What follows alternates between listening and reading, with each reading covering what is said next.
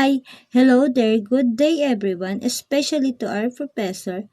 I am Rowena De Asis from BSBA HR 1B and I'm the group leader of Group 2 and I'm here to introduce to you our project plan presentation entitled the Wawa Community Pantry. But before anything else, I would like to share to you some trivia about what is community pantry means. Community pantry, it is a form of sharing and giving any resources that you have, in kind or voluntary. The idea behind this was the people who's in need or people who's willing to share and give for those people who are in need.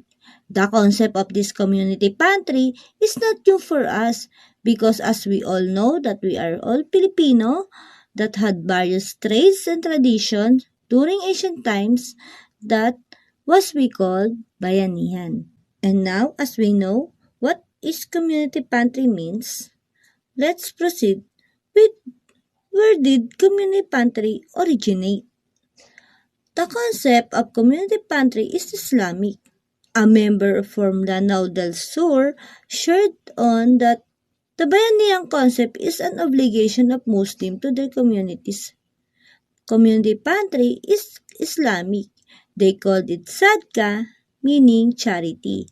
The Muslims do not just see this as a matter of personal choice, but, in fact, it is a part of their obligation to the community where they are in. And up to now, as our world are facing various dilemmas, so my group decided to make a project plan, which is community pantry, that would help other people to cope struggling poverty because of the pandemic and to be able to give or share any resources that we can and to be able to help people, especially those who's lost their job, lost their income, and those experience suffering.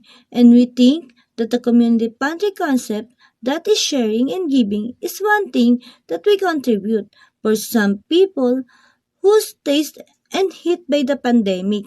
That would be our simplest way to help them.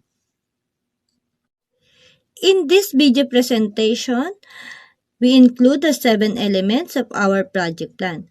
To further know more about what is our project plan, here is one of my members to discuss what is our objectives. Good day everyone, I'm Jampoles Castro and our project is all about community pantry.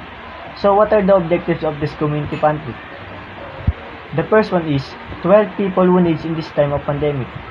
We know in our times that our country facing a global pandemic carried a COVID-19 virus. Many have lost their jobs and many people suffered poverty because of this pandemic. The objective of this community pantry is to help people who need help and to reach the poorest of the poor. The next objective is the spirit of bayanihan and compassion to fellow Filipinos. I believe that we Filipinos are naturally helpful to each other, even in the times of disaster and crisis. Through this project community pantry, the spirit of bayanihan will revive and show how generous and compassionate the Filipinos. The third is to give hope for every people who struggle in these tough times. Many people are still unable to work, and many Filipinos relying on government aids. But in reality, those aids was not enough. Through this project community pantry, we want to feel and encourage them that there's still hope for them to strive in these hard times. The last objective is to give opportunity to those people willing to help through donations and sponsorships. This community pantry project is not just for people in needs, but for those compassionate and generous people willing to help others by giving donations and sponsorships, giving them to extend their help and support to our fellow Filipinos who experience hunger. Also encourage donors to give what they can and recipients to take what they need. Good morning everyone, I'm Prolin Carlos of Group 2. I'm here to discuss the boundaries of our community project, which is Community Pantry. This community project mostly focuses on the topic which is Community Pantry. Students voluntarily made Community Pantry that will somehow help people in Wawa Street who are in need now that there is a pandemic. This study will be conducted in Wawa Street, Pascual, Towns North, Nabota City. because the students observes that there are many people living or families there that are in need now, especially in this time of pandemic. This community project has no limited acquisition of necessities. It's unlimited. They can get what they want as long as they need it in their daily life. Good day to all of you. I'm Jerome Copiaco. The location we choose is at Tatangos North at the corner of Wawa here. We will build a community pantry so that we can help those in need and those who cannot afford to buy this product. And so here, we also choose is also for jeepney driver because we know that many jeepney driver lose their jobs due to the pandemic that is happening in the country. Here is the beautiful part of Tangos North because it is just the beginning and people can see immediately the community pantry we build of Wawa. Good day, I am Reynalyn Esconge, BSPA HR1B, discussing now the target beneficiaries of Community Pantry. So here are the target beneficiaries of Community Pantry, E. Pascual, Tangos North, Navotas City, Wawa Community Pantry. Jeepney drivers, senior citizens, PWD, site vendors, unemployed, homeless citizens, construction worker are the possible target beneficiaries for Wawa Community Pantry. Though of this pandemic, we experience how hard life is, but we fight as one to survive. Today is the trend of community pantry where everyone has the right to take or to get based on their needs. Through this community pantry, we learn to love, to hope, and to fight on what we have right now. So that's all for the target beneficiaries. Thank you for listening, and God bless. Duration, time of implementation. We estimate our availability before we start to this point, so we decided to dedicate a 3-hour Sunday morning community pantry in Wawa Street, E. Pascual, Tangos North, Navotas City, which is in May 2, is the starting point of our giving time at exactly 8 a.m. to 10 a.m. every week. We can give all their needs, essentials or not, we can give all their needs. Our project titled Community Pantry end up with August 29, 2021 that these 18 sessions and 54 hours of giving the needs and to show our bayanihan to fellow Navoteños that giving hope for every people who struggle in this time. We hope that everyone can help throughout this day. Thank you. So good day everyone, my name is Aliyah Van Barkin and I will be discussing the whole budget for this community pantry. The expense budget includes a detailed estimate of all the costs that are likely to be incurred prior to the completion of the project.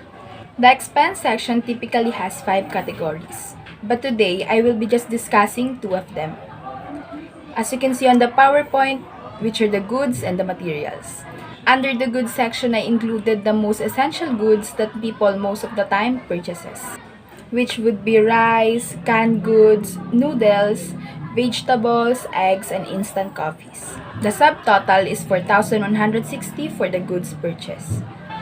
While the material section has face shield and face mask that people shouldn't forget amidst this pandemic. Next are the table, sandbag, and the tarpaulin. The subtotal for the materials purchased would be 827 pesos. The estimated grand total of the whole social project would be 4,987 pesos.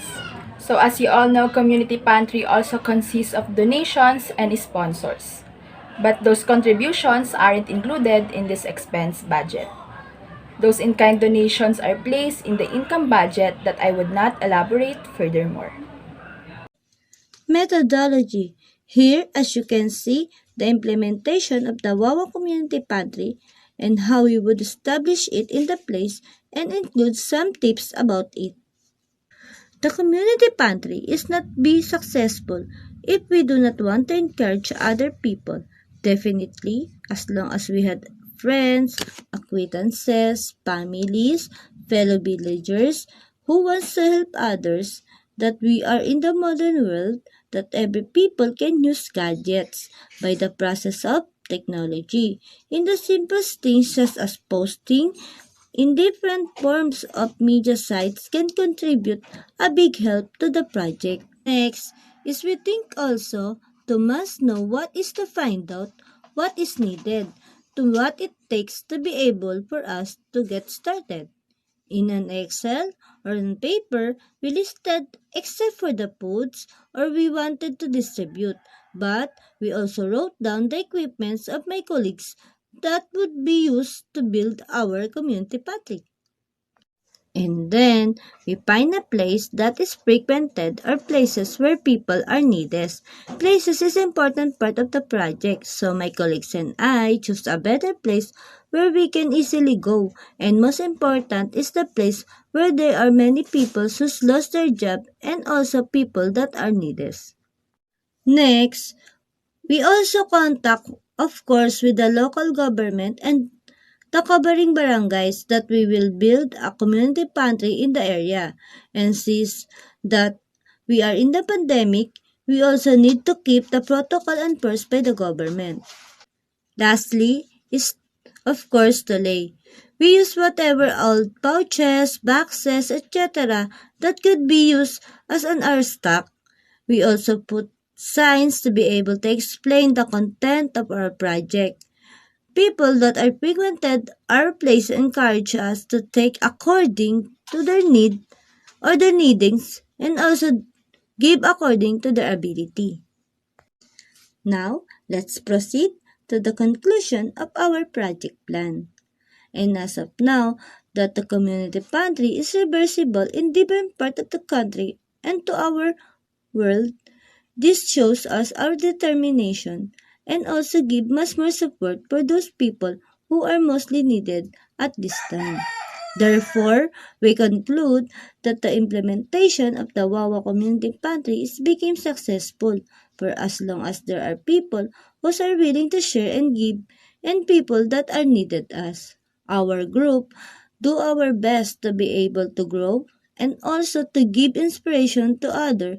That is more fun if you can give or share simple thing to other people. The simple thing or simple help can bring a big help for those people and to our world rather than to contribute dilemma that our world is now facing this kind of pandemic. And I think that it would be the end of our video presentation. Again, I am Rowena De Asis from BSBA HR1B and we are the group 2 presenter saying good day and always keep safe and thank you.